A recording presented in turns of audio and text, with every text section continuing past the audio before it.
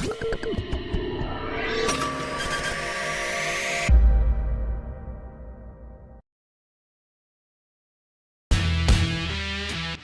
telah memastikan diri menjadi juara dunia MotoGP 2024 usai bertengger di peringkat pertama pada klasemen akhir. Martin mencatatkan 508 poin, unggul 10 angka dari Francesco Bagnaia di urutan kedua. Pada balapan terakhir, yakni di MotoGP Barcelona 2024, sejatinya Bagnaia keluar sebagai pemenang dan Martin finish ketiga. Namun, perolehan poin tetap unggul Martin di klasemen akhir pembalap MotoGP 2024. Karena itulah Martinator berhak merebut gelar juara dunia MotoGP pertamanya. Sejumlah rekor pun sukses ia ciptakan, dan berikut ini rekor yang Martin ciptakan usai juara dunia MotoGP 2024. Meski banyak pembalap Spanyol yang berkarir di MotoGP, nyatanya baru 4 rider dari negara tersebut yang pernah menjadi juara dunia MotoGP. Keempat rider itu adalah Alex Criville, Jorge Lorenzo, Marc Marquez, dan Joan Mir. Kini jumlah pembalap Spanyol yang pernah menjadi juara dunia pun bertambah dengan hadirnya Jorge Martin. Martinator jadi rider Spanyol kelima yang pernah menjuarai MotoGP. Banyak fans MotoGP yang keheranan dengan klasemen MotoGP 2024 sebab secara catatan kemenangan, Bagnaia unggul jauh dari Martin. Bagnaia mencatatkan 11 kemenangan dari 20 seri di musim ini, sementara Martin hanya mencatatkan 3 kemenangan. Martin bisa juara dunia karena tampil konsisten dan meraup poin saat sprint race. Karena itulah, Martin tetap bisa unggul 10 poin dari Bagnaia, meski sangat sedikit memenangkan balapan utama MotoGP 2024. Meski begitu, Martin bukanlah pemegang rekor juara dunia dengan kemenangan sedikit, sebab masih ada Joan Mir yang menjadi juara dunia MotoGP 2020 dengan mencatatkan 1 kemenangan saja.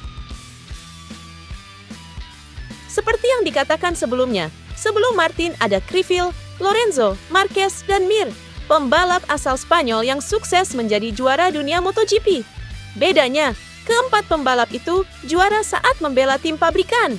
Martin mampu juara dunia MotoGP 2024 justru bersama tim satelit Ducati, Pramac Racing. Jadi, apa yang dicapai Martin jelas luar biasa. Semenjak MotoGP berganti era menjadi 4 tak di 2002, semua juara dunia berasal dari tim pabrikan. Catatan itu pun akhirnya terpecahkan oleh Martin. Sebelumnya ada banyak rider satelit yang bisa berjaya memang. Namun, era 4 tak tim pabrikan begitu superior dan Martin mampu meruntuhkannya. Sebelumnya, status pembalap satelit yang mampu menjadi juara dunia terakhir kali dipegang oleh Rossi. Kala itu, Rossi menjadi juara dunia MotoGP 2001 era 500cc bersama tim satelit Honda, Nastro Azzurro. Tahun 2002, Rossi pun pindah ke tim pabrikan Honda dan sukses kembali. Setelah itu, tak ada lagi rider satelit yang mampu menyamai catatan Rossi. Kendati demikian, Martin kini mampu menyamainya. Jadi, status pembalap tim satelit terakhir yang mampu menjadi juara dunia kini dipegang oleh Martin.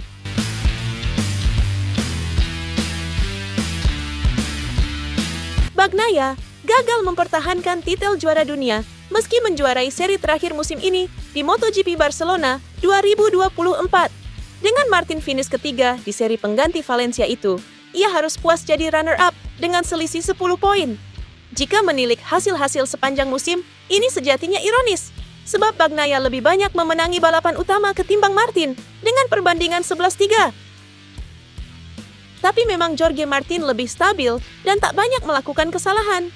Pebalap Pramac Racing tersebut 10 kali jadi runner-up saat tak juara dan lebih konsisten di sprint race. Sementara Bagnaia 3 kali tak menyelesaikan balapan utama dan kerap crash di balapan Sabtu. Meski gagal mempertahankan gelar, Bagnaia mengakui Martin pantas mendapatkan titel itu. Dia orang yang baik.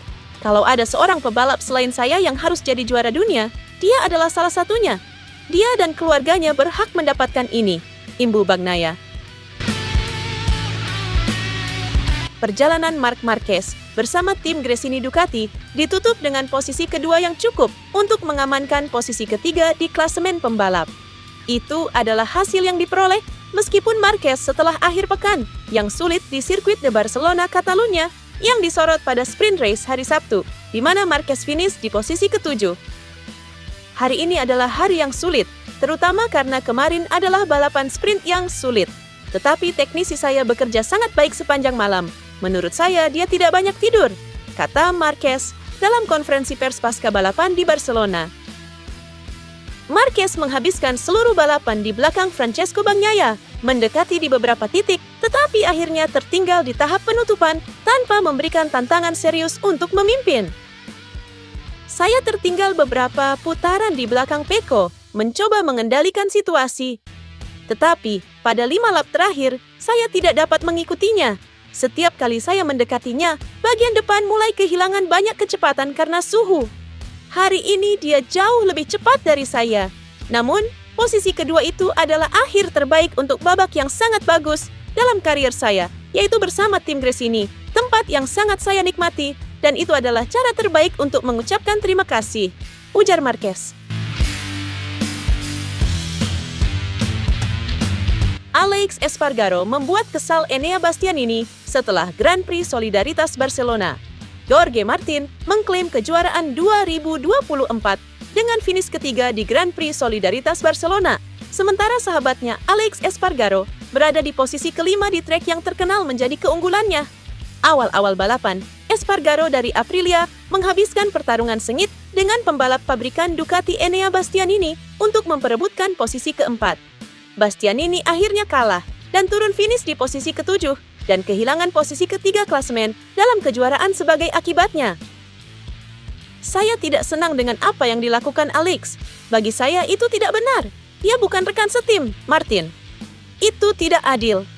Tanpa pertarungan dengan Alex, mungkin saja aku bisa melakukan sesuatu yang lebih untuk diriku sendiri. Dia melakukan seluruh balapan untuk Martin. Tentu saja, dia berteman dengan Jorge. Tapi kamu tidak bisa melakukan hal seperti ini, kata Bastianini dikutip Crash. Pada sesi akhir Champion Gala 2024, akhirnya MotoGP memperkenalkan identitas korporat barunya yang akan digunakan di era baru MotoGP. Logonya sendiri memang secara umum sama persis seperti yang telah bocor terlebih dahulu via lembaga paten beberapa hari yang lalu. Dibuat dengan studio desain independen terbesar di dunia, Pentagram.